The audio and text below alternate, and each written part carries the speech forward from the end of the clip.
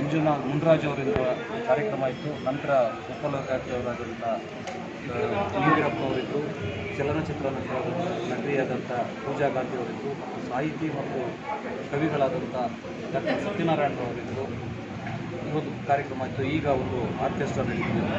ಈಗ ವಕೀಲರು ಏನಂತಂದರೆ ತಮ್ಮ ಒತ್ತಡಗಳ ಮಧ್ಯೆ ಕೆಲಸದ ಒತ್ತಡದ ಮಧ್ಯೆ ಒಂದು ಮನರಂಜನೆ ಕಾರ್ಯಕ್ರಮ ಮತ್ತು ಒಂದು ಕನ್ನಡನ ಉಳಿಸಲಿಕ್ಕೆ ಕರ್ನಾಟಕದಲ್ಲಿ ಕನ್ನಡನ ಯಾವ ರೀತಿ ನಾವು ಉಳಿಸ್ಕೋಬೇಕು ಅಂತ ಹೇಳಿ ನಮ್ಮ ವಕೀಲರುಗಳು ಎಲ್ಲರೂ ಒಟ್ಟುಗೂಡಿ ಈ ಒಂದು ಕಾರ್ಯಕ್ರಮ ನಡೀತಾ ಇದೆ.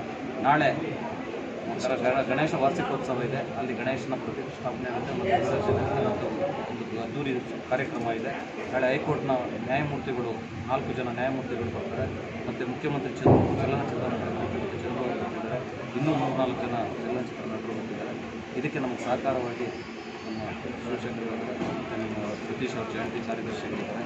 ನಮ್ಮ ಅಧ್ಯಕ್ಷರು, ಸೆಕ್ರೆಟರಿಗಳು, ಖಜಾಂಚಿಗಳು ಮತ್ತು ಎಲ್ಲ ಪದಾಧಿಕಾರಿಗಳ ಒಂದು ಸಹಕಾರದ ಮೇರೆಗೆ ಈ ಒಂದು ಅದ್ದೂರಿ ಕಾರ್ಯಕ್ರಮ ಮತ್ತು ನನ್ನೆಲ್ಲ ವಕೀಲರ ಸಂಘದ ಸದಸ್ಯರುಗಳಿದ್ದಾರೆ. ಆ ಸದಸ್ಯರುಗಳ ಸಹಕಾರದಿಂದ ಮತ್ತು ಸಹಾಯದಿಂದ ನಾವು ಇಷ್ಟೊಂದು ಅದ್ದೂರಿ ಮಟ್ಟಕ್ಕೆ ಹೋಗಲಿಕ್ಕೆ ಸಹಾಯ ಆಗಿದೆ. ನಾಳೆ ಗಣೇಶನ ಎಲ್ಲಿ ಸರ್ ಉದ್ಘಾಟನೆ ಎಲ್ಲಿ?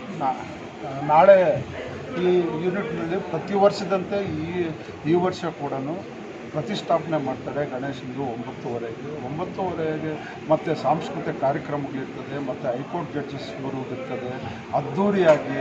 ಮತ್ತು DJ ಜೊತೆಗೆ ಸಾಯಂಕಾಲ ವಿಸರ್ಜನೆದು ಪಟಾಕಿ ಸಿಡಿಮದ್ದುಗಳಲ್ಲಿ ವಿಜೃಂಭಣೆಯಿಂದ ಅವ್ರಿಗೆ ವಿಸರ್ಜನೆ ಮಾಡ್ತಾರೆ.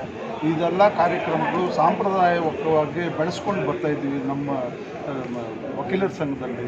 ಇದು ಮುಂದೆ ಬರುವಂಥ ಪದಾಧಿಕಾರಿಗಳು ಕೂಡ ಇದನ್ನು ಮುಂದುವರಿಸ್ಕೊಂಡು ಹೋಗಿ ಈ ಒಂದು ಸಂಪ್ರದಾಯವನ್ನು ಬೆಳೆಸ್ಕೊಂಡು ಹೋಗಬೇಕು ಅಂತ ನಾವು ಅವರಲ್ಲಿ ಇದು ಮಾಡ್ತಾಯಿದ್ದೀವಿ. ಇದಕ್ಕೆಲ್ಲ ಸಹಕಾರ ಕೊಟ್ಟಂಥ ಪ್ರತಿಯೊಬ್ಬ ವಕೀಲರಿಗೂ ಕೂಡ ಹೆಸರಿಡಿದು ಧನ್ಯವಾದಗಳನ್ನು ತಿಳಿಸೋಕ್ಕೆ ಇಷ್ಟಪಡ್ತೀವಿ. ಪ್ರತಿಯೊಂದು ಪ್ರೋಗ್ರಾಮ್ ನಡೀಬೇಕಾದ್ರೂ ಕೂಡ ಎಲ್ಲ ವಕೀಲರ ಮಿತ್ರರು ಸಹಕಾರ ನೀಡ್ತಾ ಇದ್ದಾರೆ. ಅವ್ರಿಗೆ ಮುಖ್ಯವಾಗಿ ನಾವು ಧನ್ಯವಾದ ತಿಳಿಸಬೇಕಾಗುತ್ತೆ. ನಮ್ಮ ಇದರಲ್ಲಿ ಧರ್ಮಾದೀಪ ಗಣಪತಿ ಒಂದು ಶಕ್ತಿ ನಮ್ಮನ್ನು ಕೈ ಹಿಡಿದು ಇದನ್ನು ಮುನ್ನಡೆಸ್ತಾ ಇದೆ ಅಂತಲೇ ಹೇಳ್ತಾ ಇದ್ದೀವಿ.